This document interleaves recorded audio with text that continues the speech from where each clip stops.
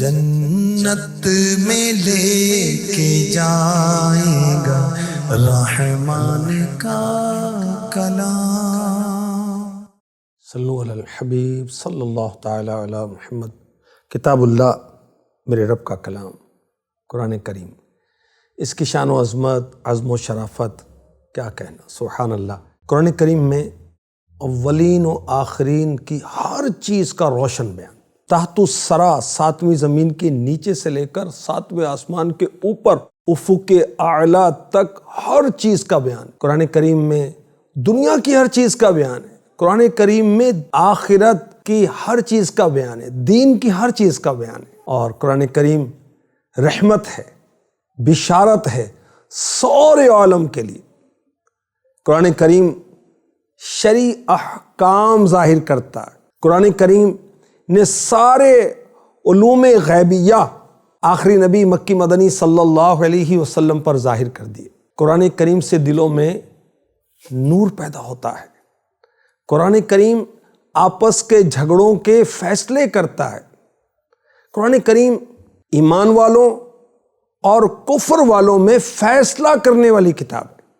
قرآن کریم کی آیات ستاروں سے زیادہ روشن ہیں، منور ہیں، لوگوں کی ہدایت کا سامان کرتی۔ اللہ ہمیں توفیق دے کہ ہم قرآن کو پڑھیں بھی، سمجھیں بھی، اور قرآن کی جو تاثیر ہے بہت ہی زیادہ معجزاتی ہے۔ جو قرآن پڑھتے ہیں ان پر ایک کیفیت طاری ہو جاتی ہے۔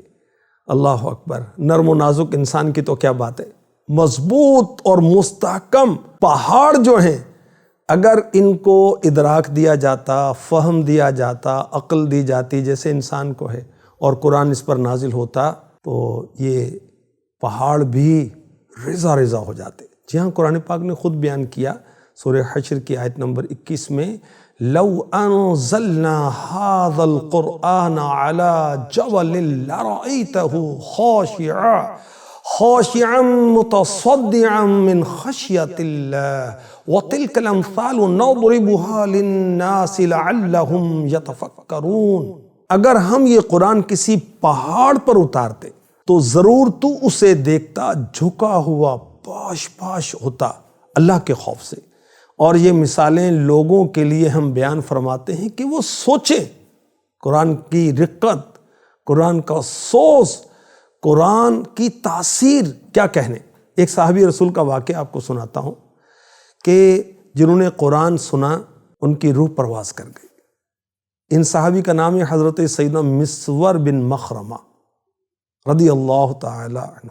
حضرت سیدنا مسور بن مخرمہ رضی اللہ عنہ اللہ کا خوف رکھنے والے، جب قرآن سے کچھ سنتے ان پر بہت زیادہ خوف کی کیفیت طاری ہو جاتی، یہاں تک کہ ایک حرف کوئی آیت پڑھتا تو آپ چیخ مارتے اور بے ہوش ہو جاتے، کئی دن تک ہوش نہ آتا۔ ایک دن کسی شخص نے آپ کے سامنے قرآن کی تلاوت کی، اس نے یہ آیتیں پڑھی سورہ مریم کی 85 اور 86۔ یوم نحشر المتقین الی الرحمن وفدا ونسوق المجرمین الی جہنم وردا۔ جس دن ہم پرہیزگاروں کو رحمان کی طرف لے جائیں گے مہمان بنا کر، اور مجرموں کو جہنم کی طرف ہانکیں گے پیاسے۔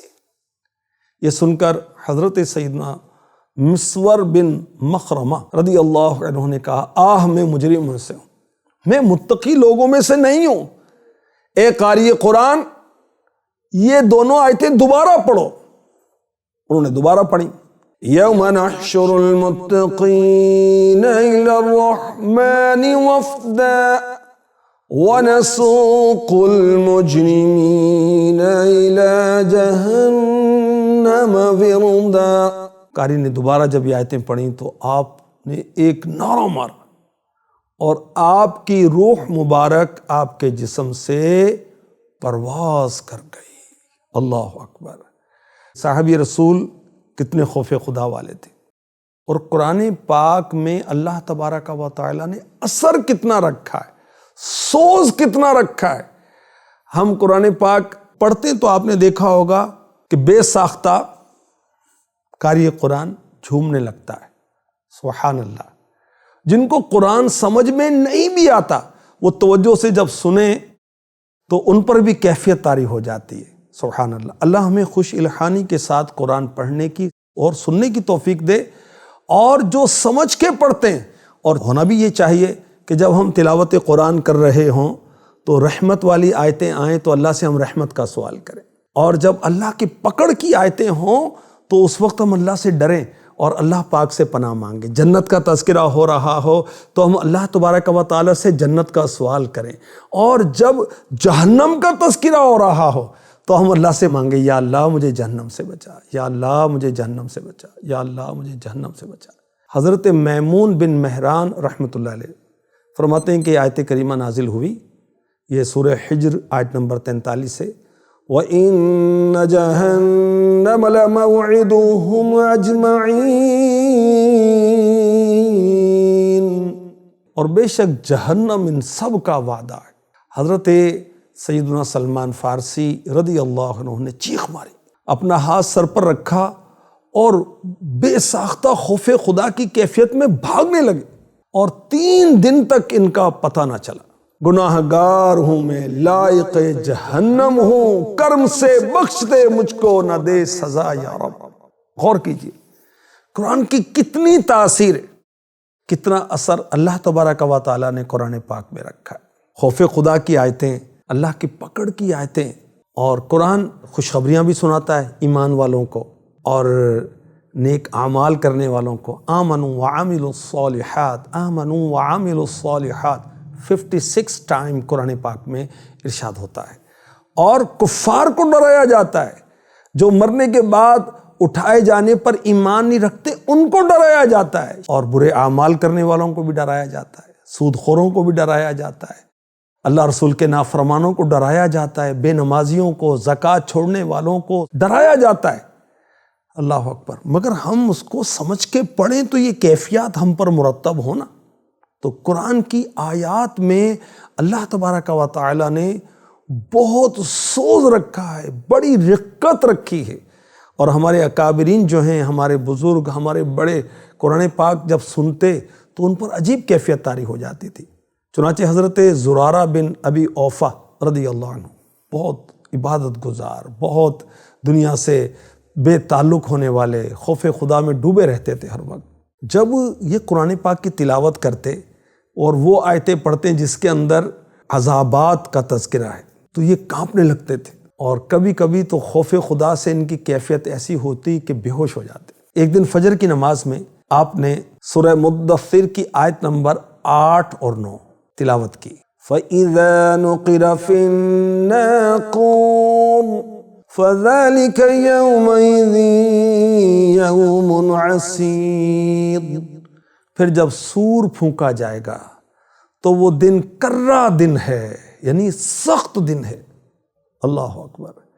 اب حالت نماز میں خوف خدا کا غلبہ ہوتا ہے، ہمیں تو یہ نہیں پتہ چلتا رکعتیں کتنی ہیں، اور ہم تو وہ کاروبار کر رہے ہوتے ہیں، دوستوں سے مل رہے ہوتے ہیں، اور جلدی فارغ ہوں، شاپ پر پہنچیں، جلدی فارغ ہوں، فلاں کام کریں، فلاں دوست سے ملنا ہے، فلاں کام کرنا ہے۔